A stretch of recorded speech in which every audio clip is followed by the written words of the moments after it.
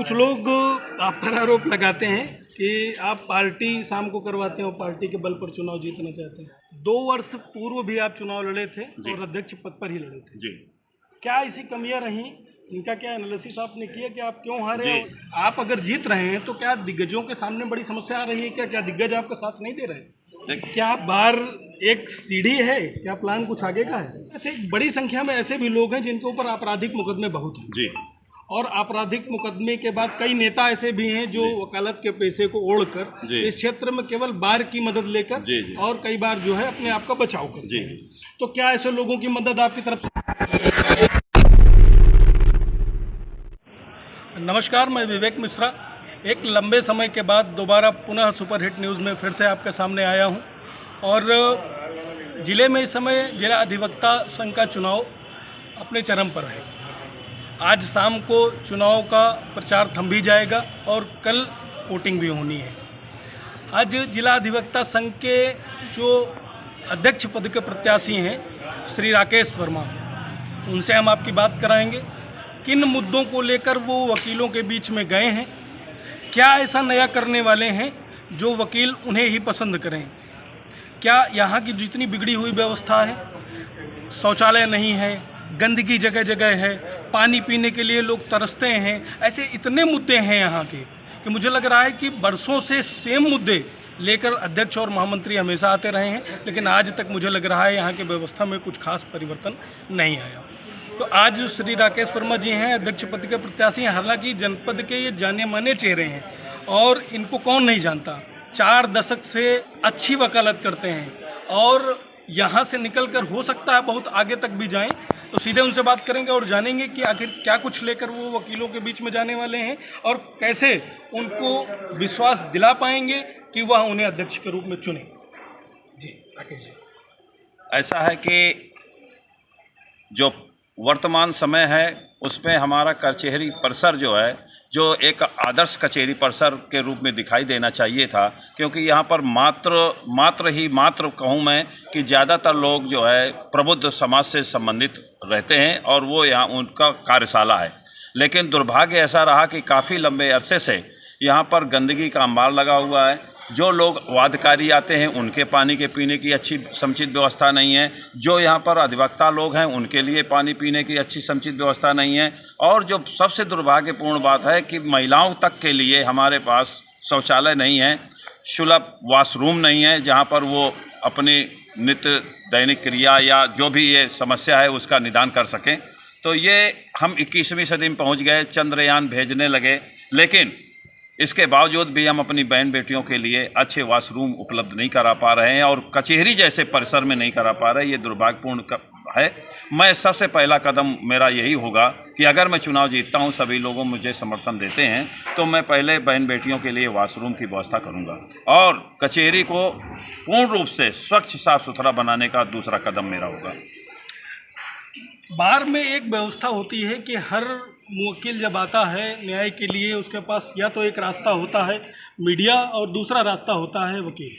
जब वो कोर्ट के दरवाजे में आता है तो उसे किसी न किसी वकील की मदद लेनी पड़ती है। इस दौरान यहाँ एक बड़ी भीड़ आती है जनपद की, जिसके लिए ढेर सारी ऐसी समस्याएं होती हैं जिनका मुझे लग रहा है यहाँ कुछ उनको नहीं मिलता है, और वकालतनामा वो अपना आके खर्च करते हैं। वकालतनामा की जो पैसा एक बड़ा फंड बनता है, तो पीछे से चूँकि बार एसोसिएशन हमेशा से एक ऐसी व्यवस्था रही है जो बड़ी ही मुअज्जिज व्यवस्था मानी जाती रही है और हमारे समाज में बड़ा महत्वपूर्ण स्थान है और जुडिशरी में भी उसका बड़ा हस्तक्षेप रहता है। तो क्या बार में जो पीछे का पैसा आता रहा है, तो क्या कभी इस फंड को एक नियमता खर्च करने की क्या कोई व्यवस्था नहीं रही कि आज तक हम बेसिक ज़रूरतों को भी आज तक नहीं पूरी कर पाए? कि हमें जैसे हम मीडिया कर्मी, हम भी अगर आते हैं यहाँ तो हमें तो बाथरूम करने की जगह ढूंढनी पड़ती है जी। तो ऐसा बेसिक भी अगर यहाँ पूरा नहीं हुआ तो क्या फंड की जो व्यवस्था रही तो क्या वो लोग अपनी जेब में ही खर्च करते रहे? ऐसा है कि इस विषय पर वर्तमान समय में मुझे बहुत कुछ कहना उचित नहीं होगा, लेकिन इतना सही है कि जो भी अपने पद के बाद मुक्त हुए या अपने पद से अपना उनका कार्यकाल समाप्त हुआ, इसके बाद जो मेरी जानकारी है उसमें कोई पैसा फंड में बचा नहीं। और ज़्यादातर जो है ऐसे सुनने को बातें आ रही हैं कि वो पैसा जो है वेलफेयर में जो जाना चाहिए वकालतनामा का, वो निजी जेबों में काफ़ी हद तक चला गया, जिसकी वजह से यह समस्या है। मैंने बीड़ा उठाया है और सौगंध खाई है कि एक एक पैसा जो बाल एसोसिएशन का आएगा, वकालतनामे का या अन्य किसी फंड से, तो उसका एक एक पैसे का 365 दिन में ऑडिट करा करके पूरे बार एसोसिएशन की जनरल बॉडी में हिसाब दूंगा। अच्छा, ऐसा एक माहौल है कि जो युवा वर्ग का वकील है वो आपको बहुत पसंद कर रहा है, लेकिन क्या दिग्गजों को आप अगर जीत रहे हैं तो क्या दिग्गजों के सामने बड़ी समस्या आ रही है? क्या दिग्गज आपका साथ नहीं दे रहे हैं? देखिए, ऐसा है कि मैं जिस मुद्दे को लेके आया हूँ वो सबसे बड़ा मुद्दा मेरा ये है कि मैंने आह्वान किया है लोगों से कि जातीय एवं धार्मिक संकीर्णता से ऊपर उठ करके व्यक्तित्व के आधार पर चयन करिए। और रही बात युवाओं की, तो मैंने देखिए, युवा जो होता है वो ऊर्जा से युक्त होता है, लेकिन उसको सही दिशा देने की ज़रूरत होती है। और युवा जब इस व्यवसाय में आता है तो उसके लिए सबसे बड़ा आर्थिक संकट होता है।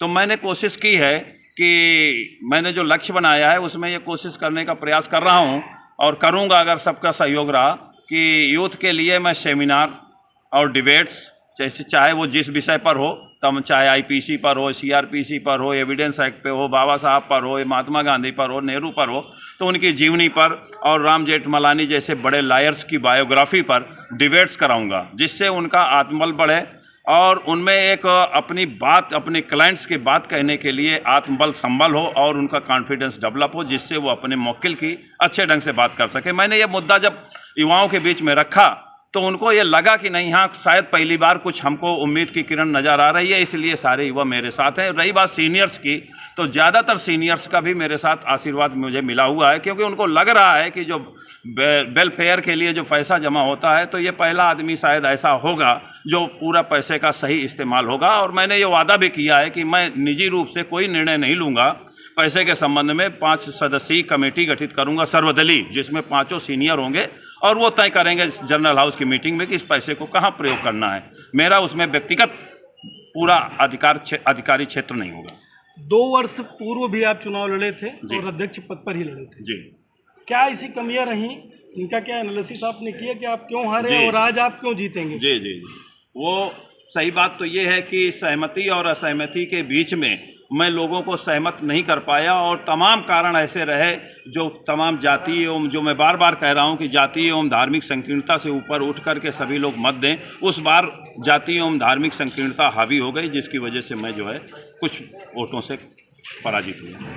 कुछ लोग आप पर आरोप लगाते हैं कि आप पार्टी शाम को करवाते हैं और पार्टी के बल पर चुनाव जीतना चाहते हैं। देखिए, मनुष्य का जीवन है और हम अधिवक्ताओं का खास तौर से, और मनुष्य को अपनी दिन भर के काम करने के बाद शाम को ठीक ढंग से खाना चाहिए और ठीक ढंग से रहना चाहिए। नहीं तो सुबह से शाम तक जब मुवक्किल हमें टेंशन दे के जाता है, अपना भार सौंप के जाता है, अगर हम 24 घंटा उस टेंशन को लादे रहेंगे तो बहुत जल्दी हार्ट अटैक हो जाएगा और ब्लड प्रेशर के मरीज हो जाएंगे। इसलिए टेंशन रिलीज करने के लिए ऐसी भी समस्या का निदान, यही एक मात्र निदान है जिसको किया जाना चाहिए। क्या बार एक सीढ़ी है, क्या प्लान कुछ आगे का है?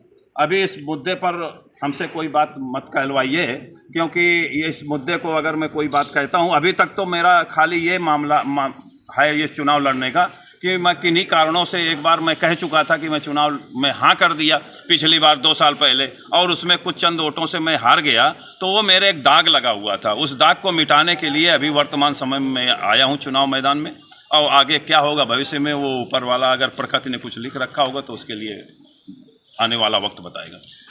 वकालत के पेशे में युवाओं की बड़ी तेज़ी से आमद हुई है। एक बड़ी संख्या में युवा वकालत की तरफ अपनी रुचि ले रहे हैं, चूँकि वजह ये है कि सरकारी नौकरियों का न मिल पाना, युवा बड़ी तेज़ी से इस फील्ड में आ रहे हैं।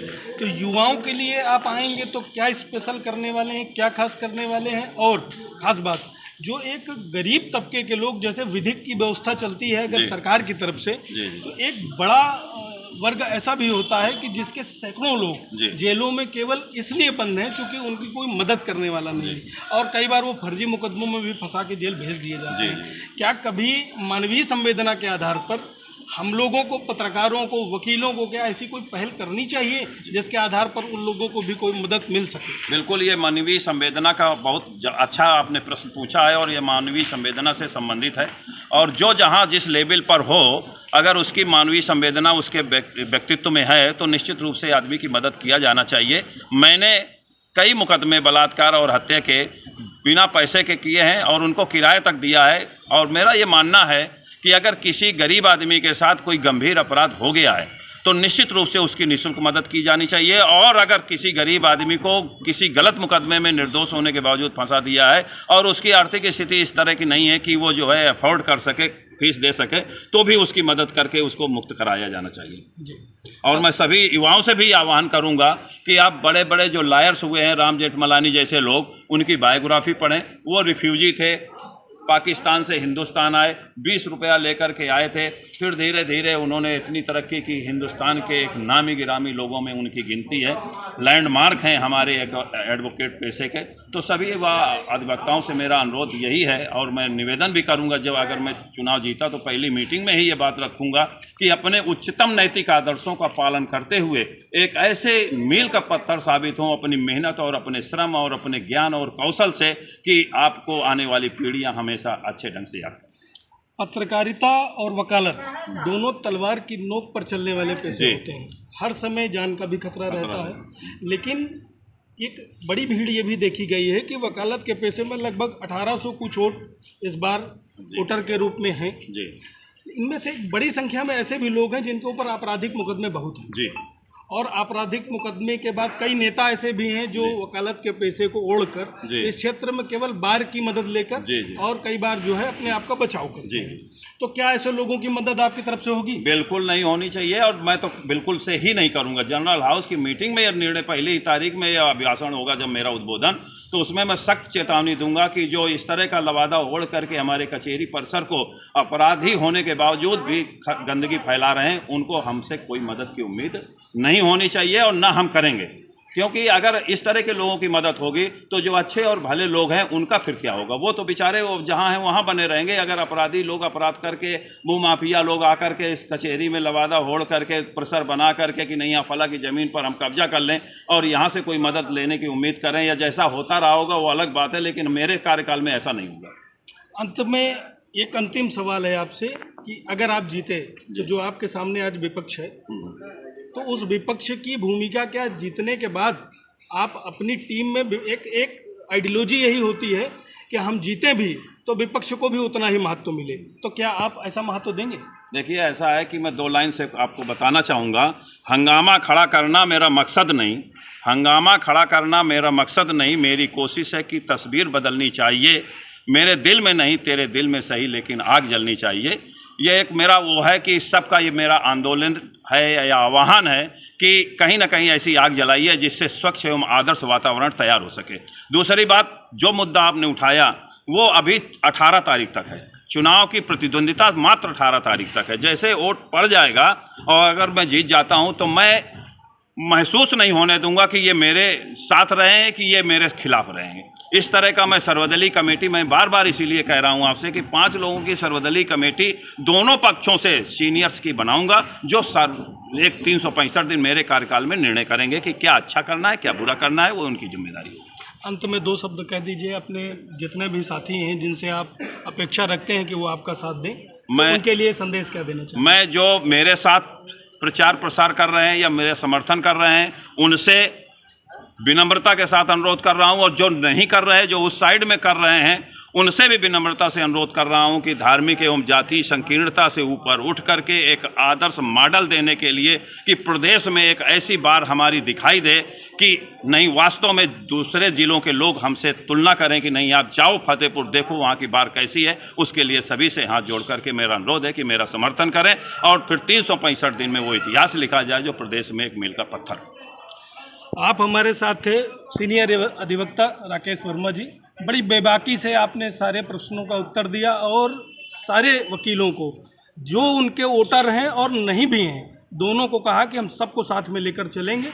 अब यह वकीलों के ऊपर पूरी तरह से उन्हीं के ऊपर डिपेंड करता है कि वह साथ किसका देंगे और किन्हें अपना अध्यक्ष चुनेंगे।